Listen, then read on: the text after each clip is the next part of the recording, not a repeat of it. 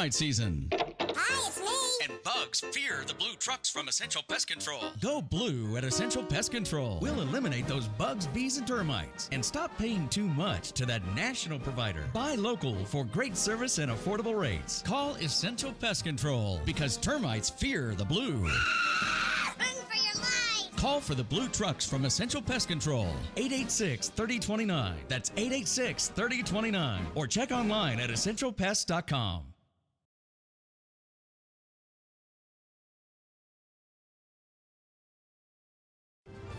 This is Eb Wilkinson with Wilkinson Wealth Management, where we manage money for gun owners. What does it mean to retire comfortably and remain comfortably retired? It means designing a plan that allows you to do the things you want to do, outpace inflation, and never run out of money in your lifetime. If you want to retire comfortably and remain comfortably retired, call me, Eb Wilkinson, at 777-1911. That's 777-1911 or WilkinsonWealthMGMT.com. I'm proud to welcome my good friends at Tucson Iron and Metal Retail to Inside Track as an advertiser. Jamie Kipper and her staff are conservation experts. They sell round and square steel tubing, metal plate and roofing materials, as well as new and used steel, aluminum, and stainless steel to ranchers, artists, interior designers, roofers, as well as you do-it-yourselfers out there. Tucson Iron and Metal Retail is open Monday through Fridays, 8 a.m. to 4:30 p.m., and Saturdays, 8 a.m. to noon. Tucson Iron and Steel Retail, 701 East 36th Street. Call 520-209-1576. That's 520-209-1576, or go to TucsonIronRetail.com. Come by and be sure to ask for Jamie. Tucson Iron and Steel Retail, this is what conservation and repurposing is all about. This is an urgent message from the Daniel Gutierrez for Congress campaign. The CD7 special election's going on right now. If you haven't voted yet, now's the time to do it. If you think you're on the early voter list and you haven't received your ballot, it's time to take action. Head over to the Pima Votes website where you can find early voting sites and drop-off boxes.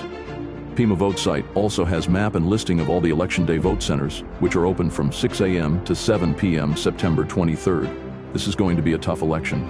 Every vote counts. Make sure you're part of the change that needs to happen in Southern Arizona CD7. Make sure you vote and vote for Daniel Gutierrez, paid for by Gutierrez for U.S. Congress. Welcome to Inside Track with Bruce Ash and Eb Wilkinson on the Live the Dream Media Network. Live from Marana, it's Bruce Ash and Eb Wilkinson. Welcome back to a Constitution Day 2025 edition of Inside Track. We have another action-packed Big Wednesday show for you today. Eb? Hey, thanks for joining us today on Big Wednesday. Joining us in just a few moments, author Thomas Wolfe, as we're headed into the 2025 MLB playoffs in just over 2 weeks. Can't believe it's here already, Bruce. Yep, it sure is. My team's running out of dates. We'll be reliving 1920s baseball, Yankees versus Cardinals, and the 1926 season, his newest book, Baseball in the Roaring '20s.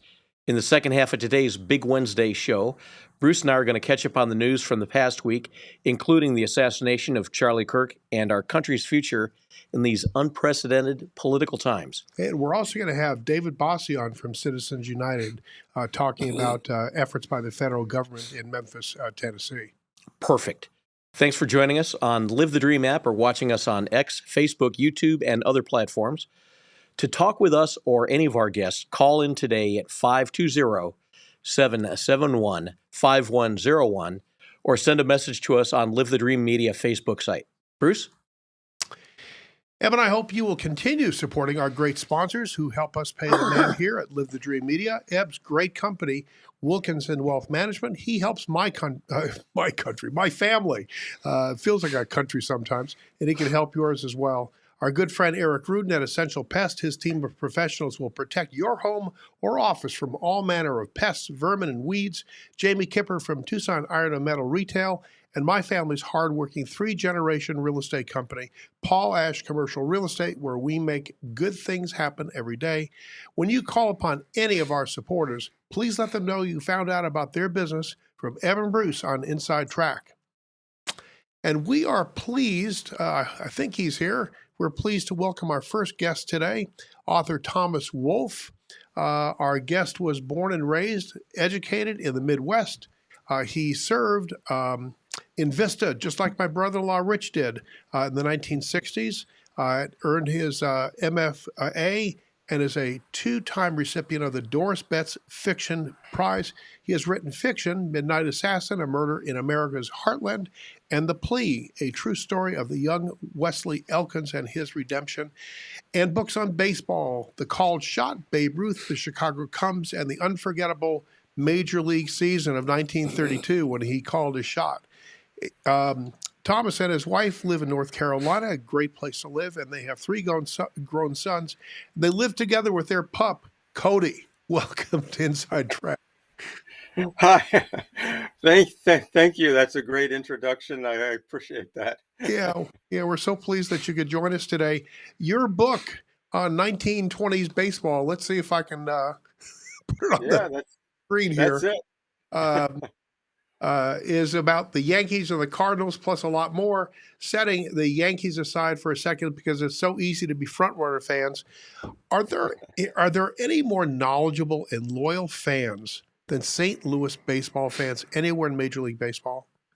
I don't know. Boston and Chicago might have some, but yeah, Cardinals fans are very loyal. I'm married to a woman who grew up in St. Louis as a Cardinals fan, so I know all about that passion for the Cardinals.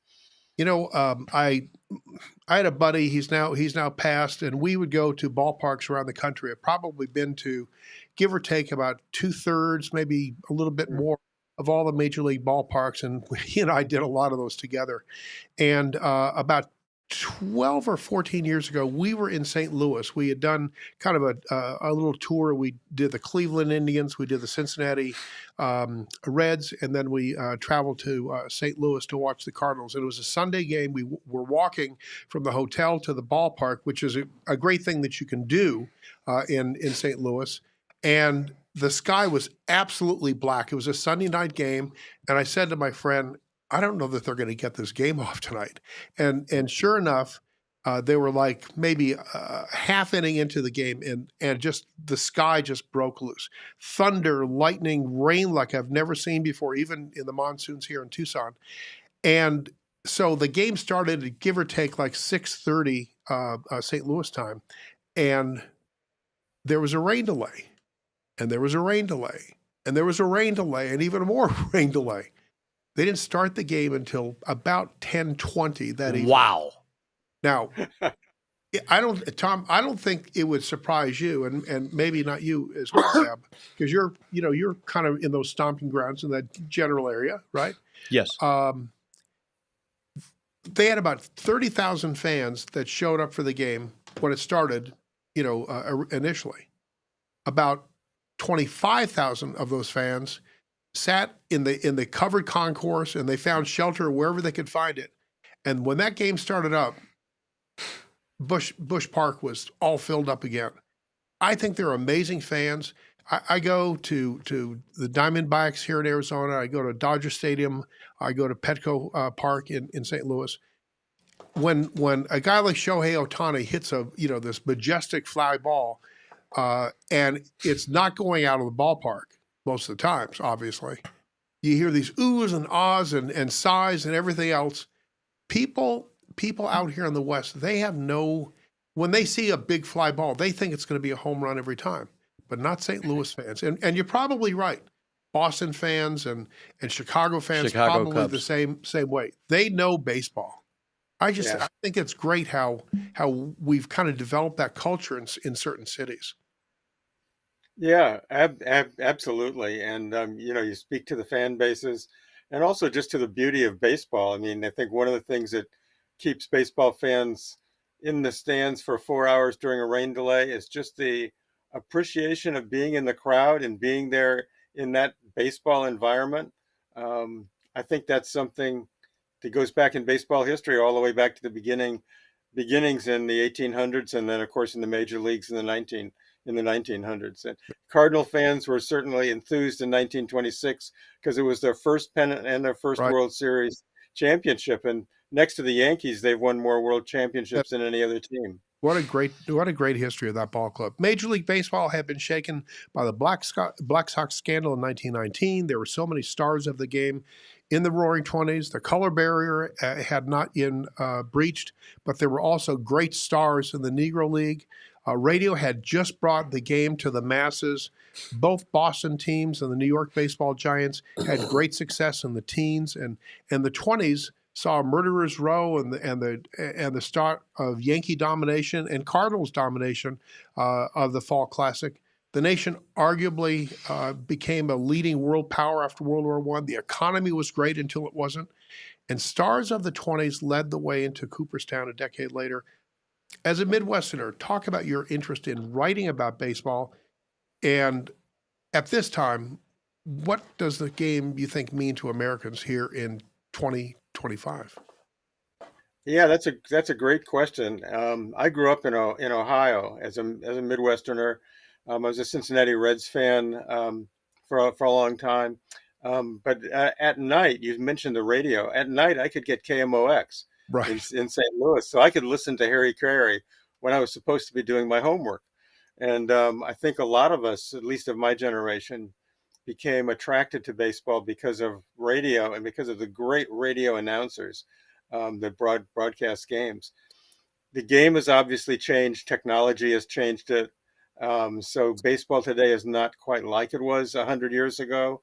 But I think the general enthusiasm of baseball fans has existed for a long time, and especially in those core cities, as we mentioned, St. Louis, Chicago, Boston, and of course there are a lot of Yankee fans. I think the Giants and Dodgers fans in New York all had to migrate to the other coast, but the Yankees, the Red Sox, the Cubs, the Cardinals, those are franchises that go back to the beginning of the American and National Leagues. Yeah. Here's my co-host, Eb Wilkinson. Hey, it's so good to have you with us. I did not know that you grew up in Cincinnati.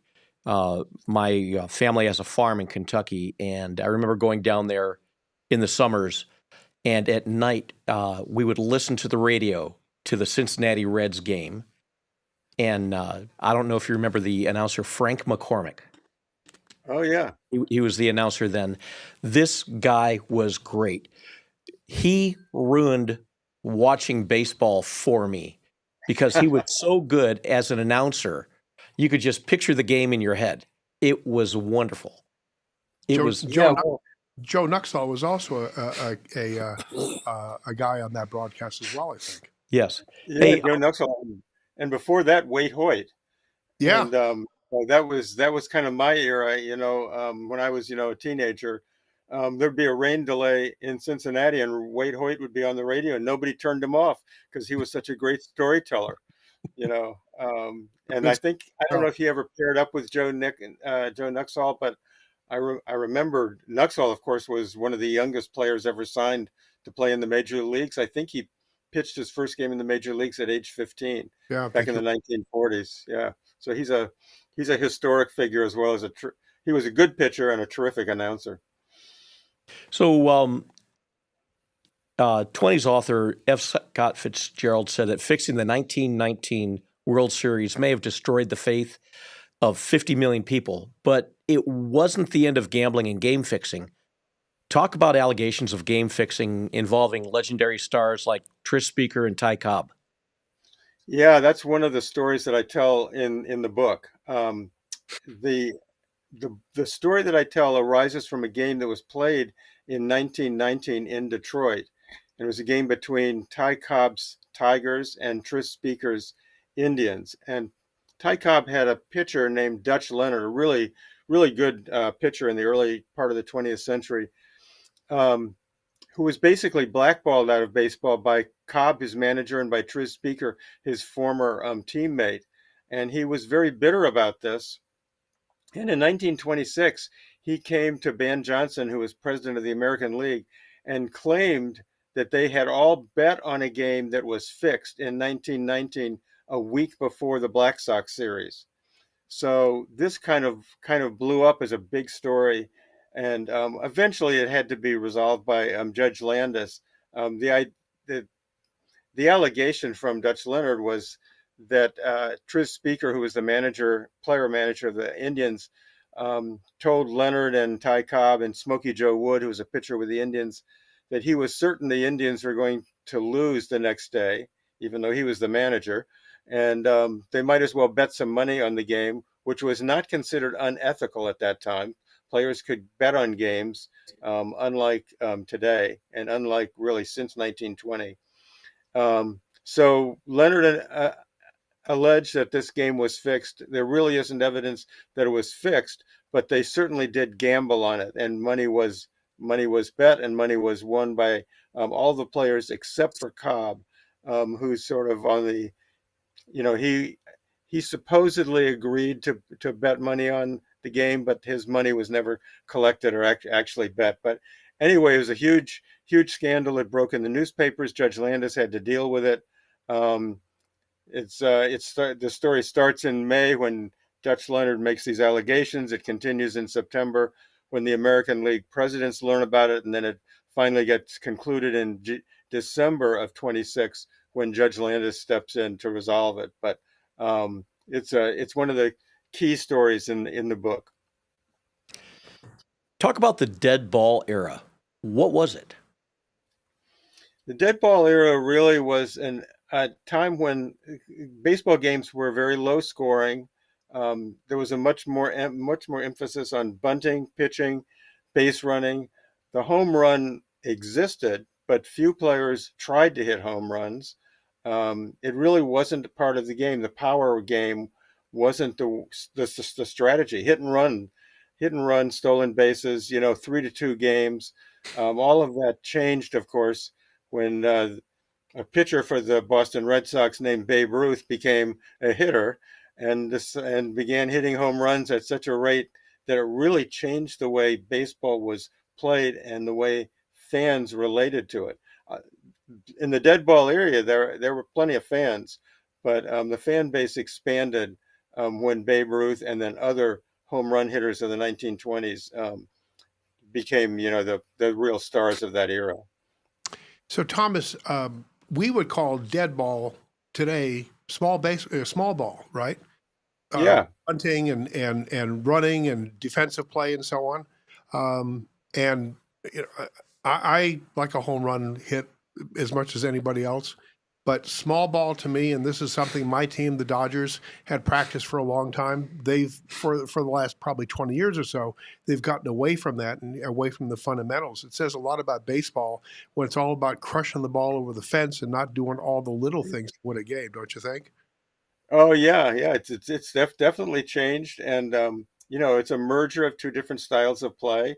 And as you point out, teams that can. It depends somewhat on personnel, of course. If you've built a team around speed, and so think of some of those Cardinal teams in the 1960s that had Kurt Flood and Lou Brock. Right. Some of those teams were built to play small ball more so than a lot of teams are today when they're built around, players that are either going to strike out or hit a home run. Right. So it's personnel related. I think it's also just related to what fans want. I think fans often like the big explosive games. I visit Colorado sometimes and always go to Coors Field where the air is thin and the balls just go flying out. And it's exciting to be in Coors Field and watch a 12-10 game. Just as it is exciting to be in a game, to watch a game pitched by Sandy Koufax, it's a 1-0 game. So baseball offers that in a way that I don't think other sports do in terms of the variety of outcomes of games and how those games are decided. There's so many small things that happen during a baseball game, so much nuance to the sport. Yeah, I grew up in Detroit, and I remember the '68 World Series. Sure. Detroit was pretty good at small ball. Small ball, stolen bases, Mickey Lolich, Denny McLean. Yeah. Al Kaline, guys, all the greats. So getting back to the 20s, talk about Rube Foster and black baseball in America. Yeah, black baseball really existed as a kind of parallel universe to the white major leagues. And Rube Foster, in particular, is a really important historic figure in black baseball. He started playing baseball in the late 1800s, early 1900s, was a very successful pitcher. He then became a manager of the Chicago American Giants. Then he became a part owner, and then eventually became a visionary, really. And in 1920, he was the one who really organized, for the first time, Negro League teams into leagues that were similar to what the white major leagues had, where there were teams in cities around the country in two different leagues, the Eastern Colored League and the Negro National League.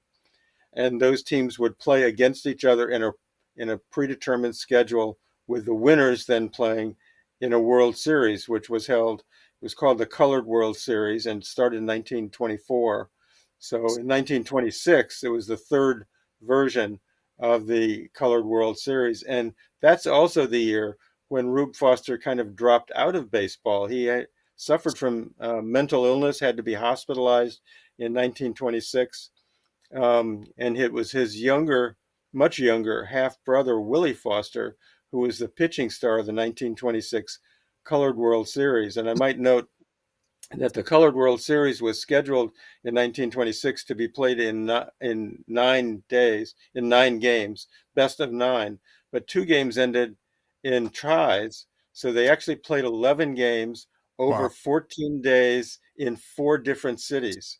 Wow. The the final game of that series, which was tied 4 games to 4 games, was won by the Chicago American Giants by scoring a run in the bottom of the 9th inning to win 1-0.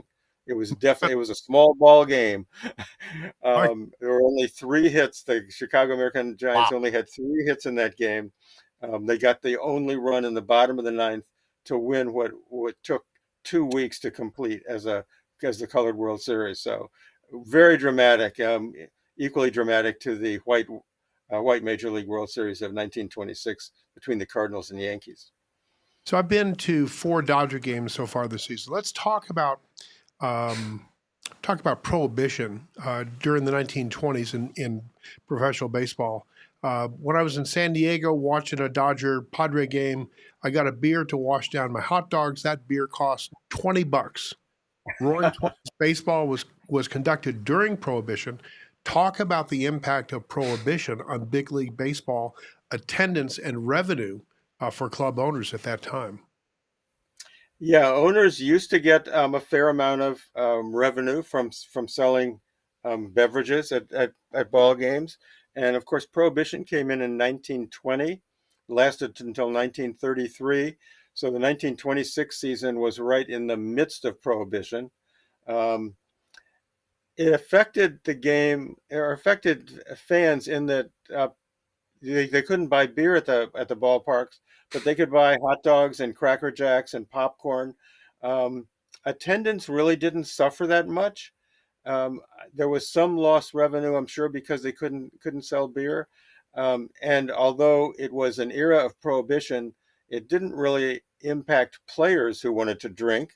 And one of the things I note in the book about 1926 is that players went on these long road trips, sometimes 2 to 3 weeks at a time. And of course, they only played day games, so they had their nights free. And ball players knew where all the speakeasies were in all those major cities. So I'm not sure that prohibition slowed down any professional athletes who wanted to drink outside the ballpark. Eb? Let's talk about fan support during the 20s. Calvin Coolidge, he was president for most of the 20s. He and his wife Grace were big fans. Washington Senators manager Bucky Harris said that the president's wife was the most rabid fan I ever knew in the White House. Talk about her and in general about the growth of female fan support of the game. Yeah, female fan support really began, I think, in the early 1900s, especially in the American League, where the league cracked down on language and behavior that was offensive in the stands. The game became a little more civilized. in the early 1900s, leading into the 1920s, and that drew more female fans to the game. As for the Coolidges, Calvin was not really a particularly big sports fan. He was a very dry guy. He had a sense of humor, but he was probably the dullest person to ever serve as chief executive. He believed that the less government did, the better off everybody was, and that included himself. He used to take naps every afternoon. It was said he slept 12 hours a day. So he was the exact opposite of his wife, Grace, who was very vivacious. She's the first lady to have graduated from a 4-year college, and she loved baseball from the time that she was a younger girl, young woman. In college, she learned how to keep score. She kept score for her college baseball team, and she came to the White House as a baseball fan, as a Washington Senators fan. And the Senators, of course, won the American League pennant in both 24 and 25, while the Coolidges were in the White House. And later, after Calvin Coolidge left the presidency and moved back to Boston, she became a Red Sox fan. But she was a fan all the way through to the end of her life, and she knew she had a special passion, which was that she really hated the intentional walk. So she was the kind of fan who actually picked up on the nuances of the game and had strong opinions about the way it should be played. Thomas, before we head out today, your book focuses on the Yankees and the Cardinals in the 26 World Series. Talk about that special season and specifically the series. Yeah. For the Yankees, they had finished 7th in 1925, so 1926 was a rebound year for them, as it was for Babe Ruth. Babe Ruth had his worst season in 1925. Nobody expected the Yankees to even be a first division club in 1926.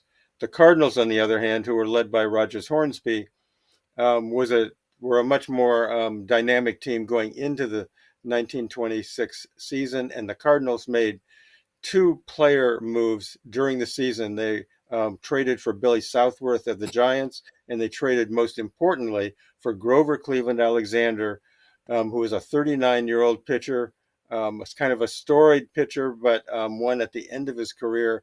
And it turned out that Grover Cleveland Alexander was the pitching hero of the 1926 World Series. And just to capture that World Series in a few sentences, it went to a 7th game. It went back and forth. Alexander pitched a complete game win in Game 2 in Yankee Stadium and in Game 6 in Yankee Stadium, and then came in to save Game 7. And Game 7 is dramatic because the score got to 3-2. The Cardinals were ahead 3-2 going to the bottom of the 9th inning, 7th game of the World Series in Yankee Stadium. And who comes to the plate but Babe Ruth? 2 outs, bottom of the 9th. Ruth walks. Bob Musil is the next hitter. Lou Gehrig follows him. Ruth tries to steal second base and is thrown out, tagged out by Rogers Hornsby. It's the only World Series that ever ended, and probably the only one that ever will end, on a failed stolen base, with Hornsby and Ruth, the 2 players involved in it. Wow. Thomas Wolfe, whether or not you're a baseball fan, his book, Baseball in the Roaring '20s, here it is again. Here you go.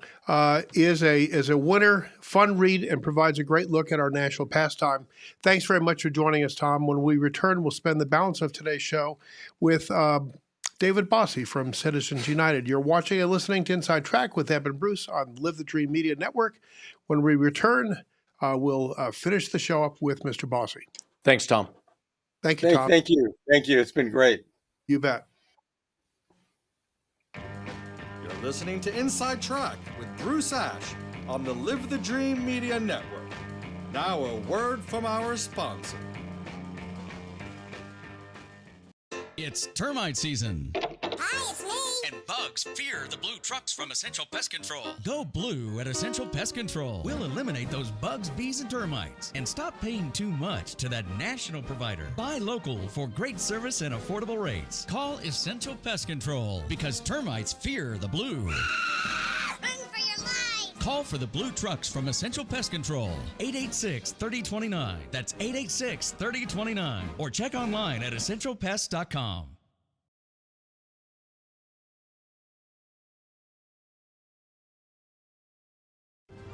This is Eb Wilkinson with Wilkinson Wealth Management, where we manage money for gun owners. What does it mean to retire comfortably and remain comfortably retired? It means designing a plan that allows you to do the things you want to do, outpace inflation, and never run out of money in your lifetime. If you want to retire comfortably and remain comfortably retired, call me, Eb Wilkinson, at 777-1911. That's 777-1911 or WilkinsonWealthMGMT.com.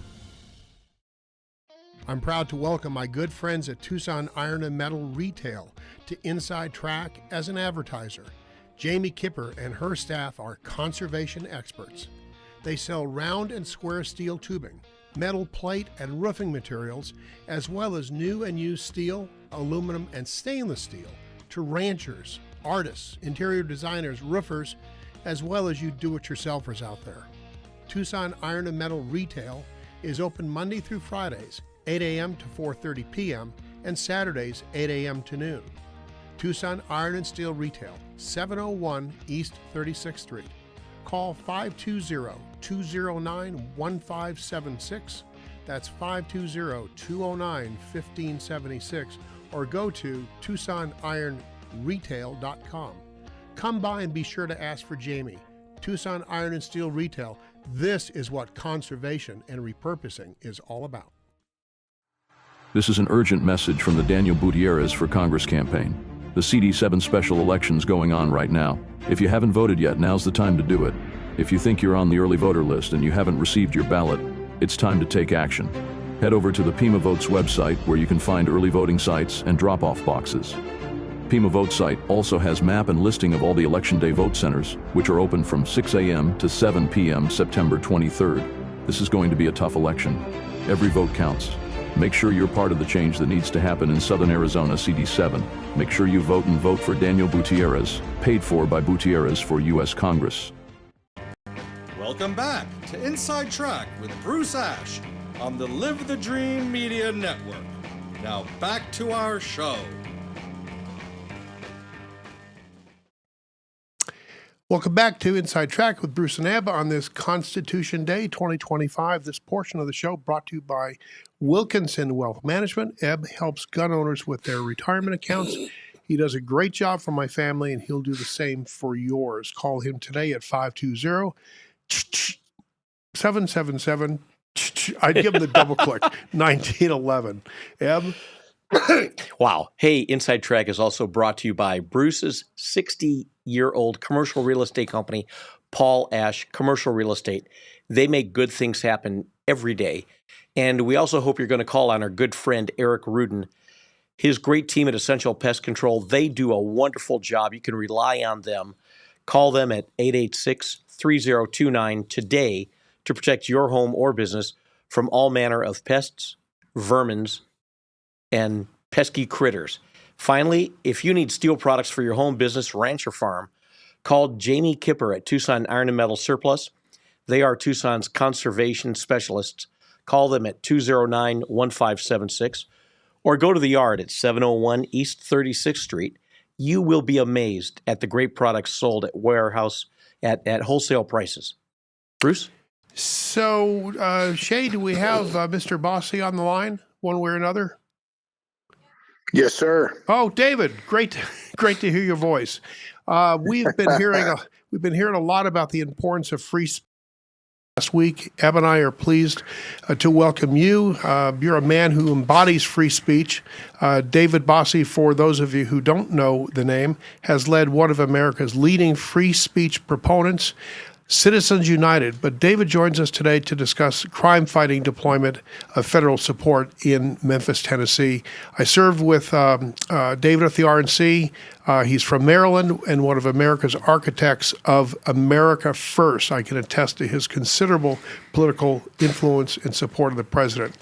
So the president's decision to reduce crime in the nation's capital has provided or produced significant results over the past month, don't you think? It really has, Bruce. First, thanks for having me back. It's been an amazing transformation. Washington, D.C.'s gone from, obviously our nation's capital, but really a leader in every crime statistic, that people follow and care about, whether it is muggings, shootings, stabbings, murders, carjackings, and every single one of them is down incredibly so, substantially. Murder is down, by 60. I think it's about 65% down.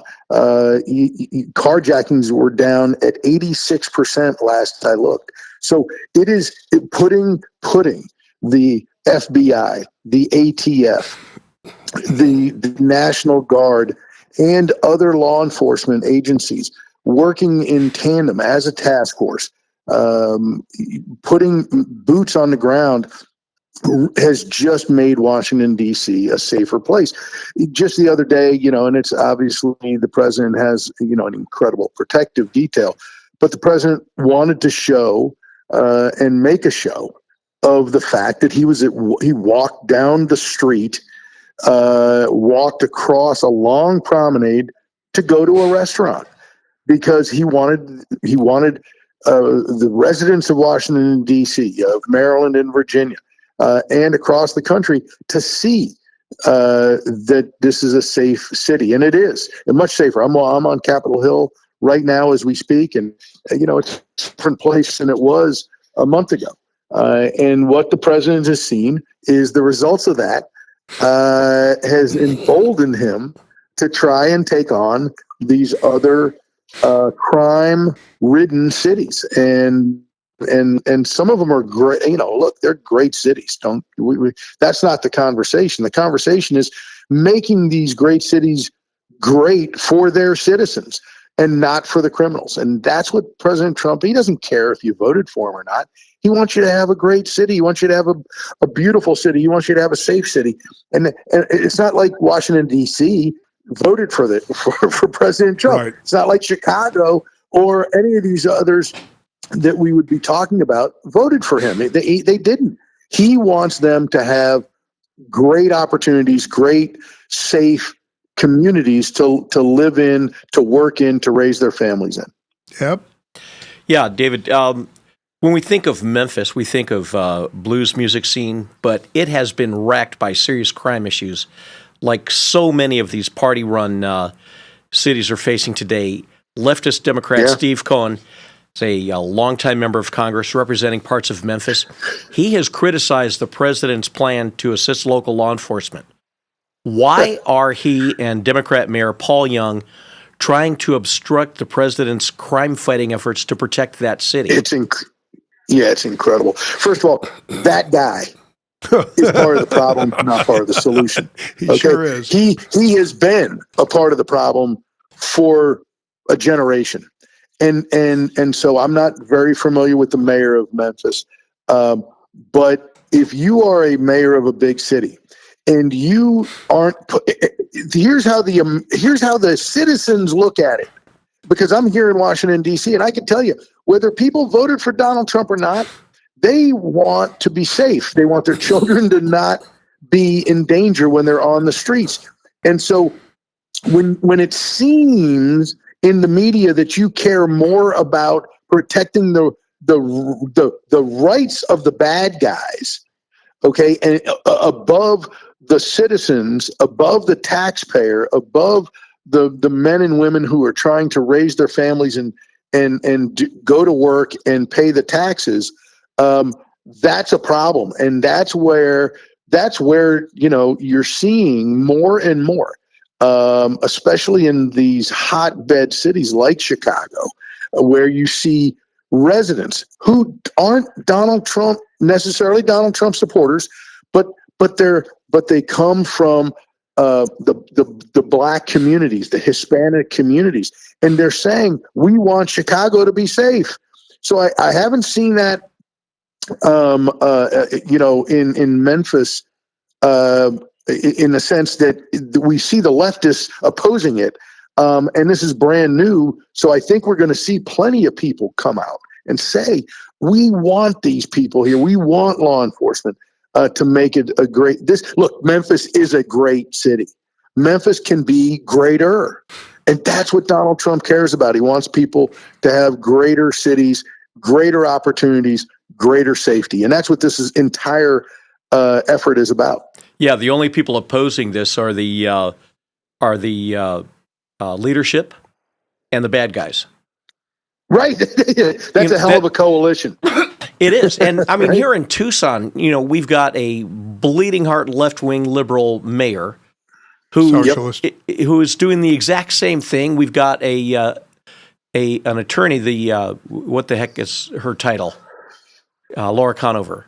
The district or the county attorney. Yeah, the county attorney. It's a revolving door. The police, they bring them in. They're out before the police sign their name on the police report. It is just crazy, and yet they keep saying, "Oh, it's no, the liberal policies. It's the liberal policies and the liberal judges, and then it's people who live in Tucson, as an example, who put up with it. Right. Instead of saying enough's enough, they allow these left-wing lunatics to get reelected. You have to throw the bums out and put in people with common sense. Common sense. That's what Donald Trump has. That's how he governs. He says, hey, let's make sure that the bad guys are in prison and the good guys are able to walk the streets safely. That's common sense, and that's why he got reelected to a historic second term. David, we promised that we'd get you back to your important daily activities here, but I do want to just ask a final question or two. We're speaking about crime. One of the most horrific crimes in this country's past, several years, maybe decades, was the assassination last week of the great Charlie Kirk. Your thoughts on that, the role that the FBI and law enforcement, when they came together to wrap up the investigation and bring a suspect into custody. Talk about the horrific event, but also talk about what law enforcement has done.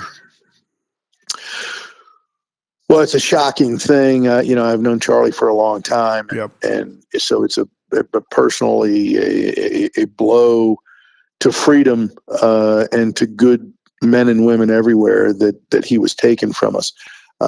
But to watch the police, the county police, the state police, and the FBI come together to work and have somebody in custody in 32, 33 hours was a remarkable feat.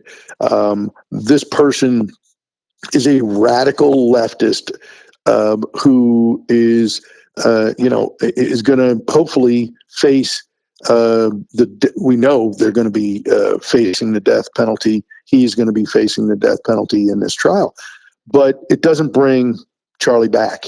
And Charlie was an incredible political leader and organizer, but even his friends, it's kind of funny in life. We all have this happen to us, but you don't appreciate people for what they have and what they do in life until they're gone. Right. And that's really, to be honest with you, you're not seeing people burn down city blocks. You're not seeing cars torched. You're not seeing police officers attacked.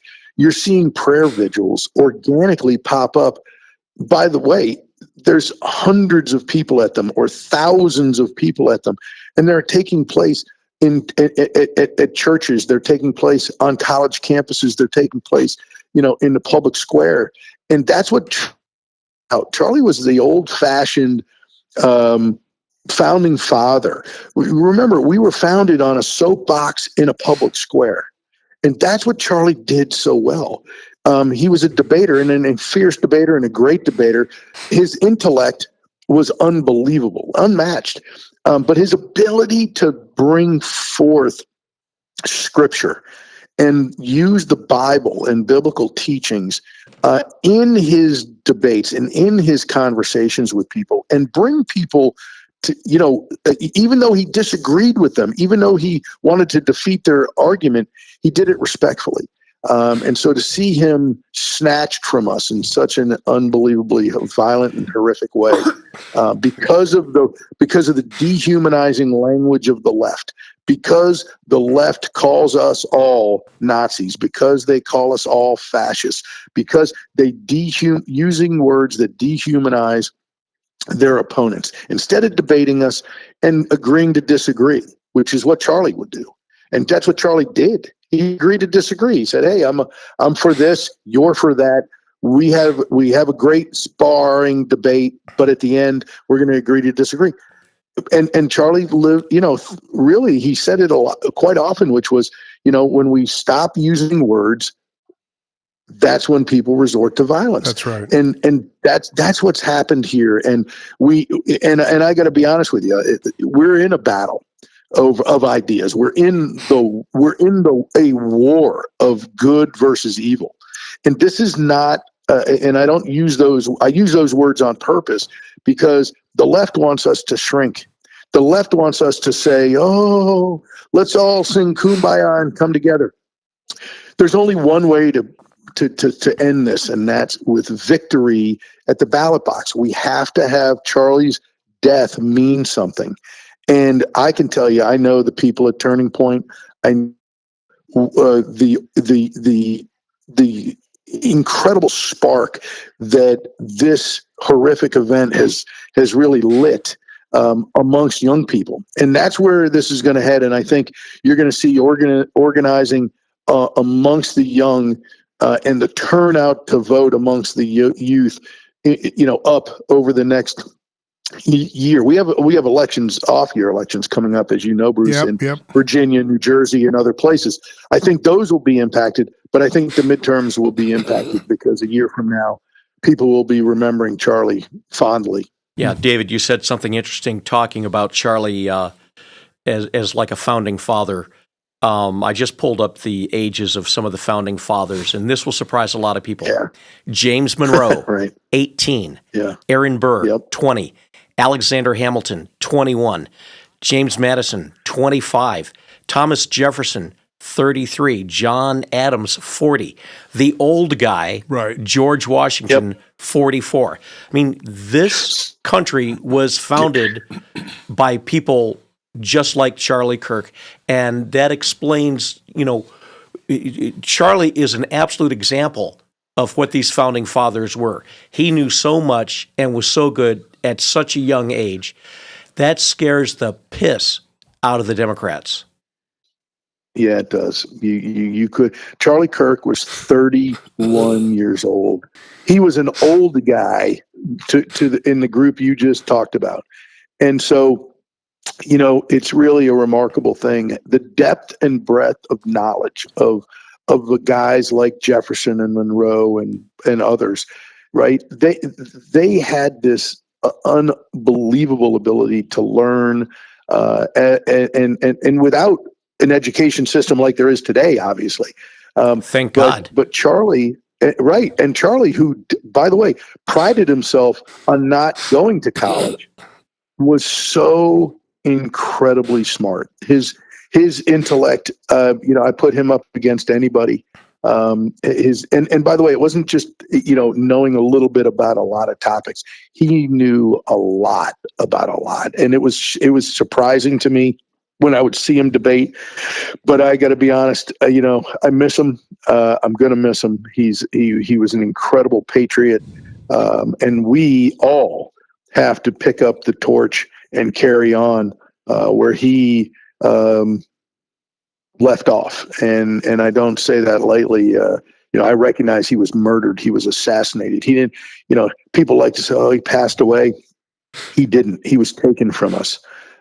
And so we have a long way to go in this country, but we need to get shoulder to shoulder and work hard and live up to what he wanted this country to be. It's almost like a Obi-Wan moment where Obi-Wan Kenobi's getting ready to be struck down, and he said, "Striking me down will make me more powerful than you can ever imagine." And that's what Erica said the other night.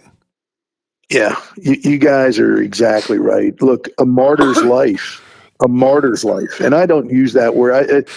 This is really the first instance in He my is a life martyr. where I talk about a martyr. And because I just have, in my lifetime, and I'm, not young anymore, is in my lifetime, this is the first person that really reaches that level. And a martyr's life begins at their death.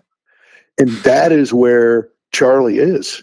Charlie is going to live on through everyone who's listening and everyone at Turning Point and all the young people across the country. He's going to live on. So, David Bossie, this could be a turning point. Thanks for joining us today. I have long appreciated the great work you do as Citizens United, the wise counsel you provide to the president, the leadership at the RNC. I think all America wants to come together around our great American principles, especially on today, Constitution Day. Thanks very much for joining us. Thanks, David. Thanks, Bruce. Appreciate it. Bye, guys. You bet. Well, Eb, it's been a hell of a week. It's been an incredible week. David eloquently talked about the last week, it's amazing. We finished our show last Wednesday, and 2.5 hours later, my son walked into my office and he pushed his cell phone in my face and he says, "Can you believe this happened?" I looked at that horrific video. Yes. And I said, "This has got to be AI. There's no way that happened." And then I go to my laptop and I see, this photo, and I turn ashen. I couldn't believe what I just seen and what had just occurred. You and I have lived through. You were a little younger than me at the JFK assassination. I remember it. I was in 6th grade. I remember Robert F. Kennedy Jr.'s assassination, Martin Luther King, the attacks on Governor Wallace, the attacks on President Trump, the attacks on President Ford, President Reagan. Right. This one struck. I met Charlie probably around 2014 or so. And I wish we had more time with David because I wanted to ask him what his impressions were of Charlie when he first met him, because he was kind of a young, not a punk like a bad guy, but he was this young guy just filled with enthusiasm and filled with himself at the time. Who could have imagined what we saw over the past 10, 12 years or so? And think about, and this is the big thing, he wasn't old enough to run for president of the United States. But this is a man who likely 10, 15, 20 years from now might have been a candidate and quite possibly president of the United States. I think about having gone through the Kennedy assassinations. What would the country have looked like? Or Lincoln before him, right? What difference might there be in our country had Lincoln lived, or JFK, or Robert Kennedy had he been elected president? Martin Luther King had his ministry and his right. work continued for another 10, 20, 30 years or so. This country has had a huge setback here as well. Yeah, just think of the evil in each one of those cases that robbed not just them, but America of them and the greatness that they could have achieved. So now it's up, and I send this message out to anybody watching or listening to us. Now it's out for us to pick up the mantle. And notwithstanding a lot of roadblocks, there is a lot of momentum in this area. Even last night here at the University of Arizona in Tucson, there was a huge vigil that turned out to memorialize and to talk about and think about the life of Charlie Kirk. And how many storefronts were burnt down and broken into? David pointed out 0. Yeah, exactly. Okay, we win the argument not with bullets but with ballots, because that's what needs to happen here. We have the by-elections here shortly in Virginia, and I think there's one other locality as well coming up in just a month. We have elections here in Tucson. And you're seeing the left start to implode. Yeah. Well, look, ABC reporter calls alleged Charlie Kirk assassins text messages with transgender partner very touching. Okay. Really? An ABC affiliate reporter resigns after being suspended for Charlie Kirk tribute on which she did in her news broadcast and of her own volition. Rather than take the suspension, she quit. Okay, the left doesn't get it. Okay, here in Tucson, we see stickers that are placed on bumpers of cars, on candidates' campaign signs. Make assassinations great again. The left has learned no lessons. They have not taken a breath in where they've been at for the last long time. No, and I'm good to see that people standing up and saying, you're fired. Right. You're done. I mean, Secret Service agents doing that, Army captains doing that. Are you kidding me? You have to question their judgment. Somebody was talking about there was an airline pilot, a captain of an airliner who basically said, well, isn't it a good thing Charlie Kirk died? You have to question that person's decision-making process. And if you're questioning him on a political issue, what kind of faith and confidence do you have that he's going to get you to your next destination? Or what about the doctor that said to Exactly. his nurses, that was a good thing? How would you like to go to your doctor who's working on your heart, your body, whatever, and him find out that you're conservative with his views? Right. It doesn't take much of a flick of a knife. I'm screwed up because everybody knows what my political is here. A poll yesterday that came out from YouGov, liberals more likely to say political violence is sometimes justified. And a small number on top of that, about another 10%, said all the time. Wow. All the time. In other, and this is not exactly the same topic, but New York Governor Kathy Hochul endorses socialist Zoran Mondani for mayor. Then he refuses to endorse her as she's running for governor, which just shows these guys, they're ruthless. Right. They're ruthless. You'll take her endorsement, but he won't endorse her. They're narcissists. And she'll be the next victim politically in this particular case, because they'll run a socialist for governor of New York. Absolutely. Absolutely. This past week at the Emmys, a lady called Hannah Einbender says the following is extraordinary amount of dysfunction which exists in all too many of my leftist Jewish brothers and sisters. For a Jew to make statements reveals the dark underside of Reform conservative. This is me talking now, of Reform conservative, and I believe in some Orthodox sects as well. This is cultural suicide. We not only hate others, we hate ourselves so much that we're willing to do damage to us as a society. I mean, there's really, I blame this on COVID, I blame this on lack of faith in the government. There's been all kinds of stuff that America is a changed place. And hopefully, we do make that turning point at this time and start moving towards reconciliation. That's what Charlie Kirk was all about. That's what he was about. Reconciliation. He asked a lot of questions. He made you defend your position. Think.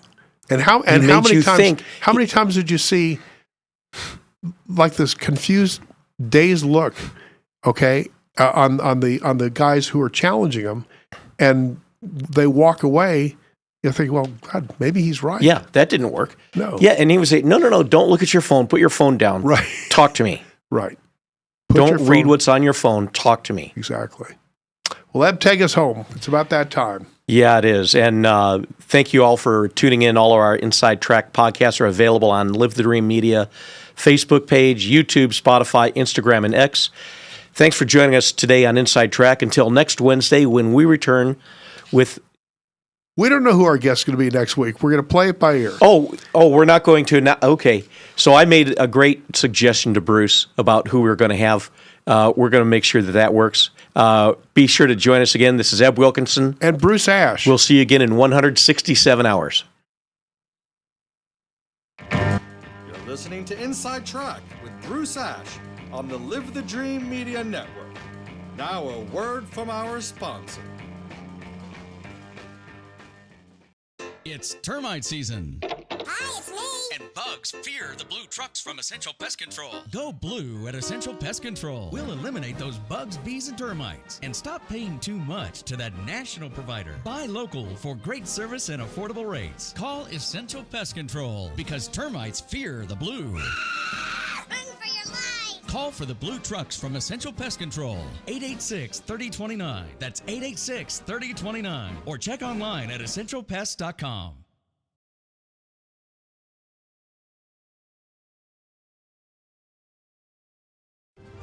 This is Ed Wilkinson with Wilkinson Wealth Management, where we manage money for gun owners. What does it mean to retire comfortably and remain comfortably retired? It means designing a plan that allows you to do the things you want to do, outpace inflation, and never run out of money in your lifetime. If you want to retire comfortably and remain comfortably retired, call me, Ed Wilkinson, at 777-1911. That's 777-1911 or WilkinsonWealthMGMT.com. I'm proud to welcome my good friends at Tucson Iron and Metal Retail to Inside Track as an advertiser. Jamie Kipper and her staff are conservation experts. They sell round and square steel tubing, metal plate and roofing materials, as well as new and used steel, aluminum, and stainless steel to ranchers, artists, interior designers, roofers, as well as you do-it-yourselfers out there. Tucson Iron and Metal Retail is open Monday through Fridays, 8 a.m. to 4:30 p.m., and Saturdays, 8 a.m. to noon. Tucson Iron and Steel Retail, 701 East 36th Street. Call 520-209-1576. That's 520-209-1576. Or go to TucsonIronRetail.com. Come by and be sure to ask for Jamie. Tucson Iron and Steel Retail. This is what conservation and repurposing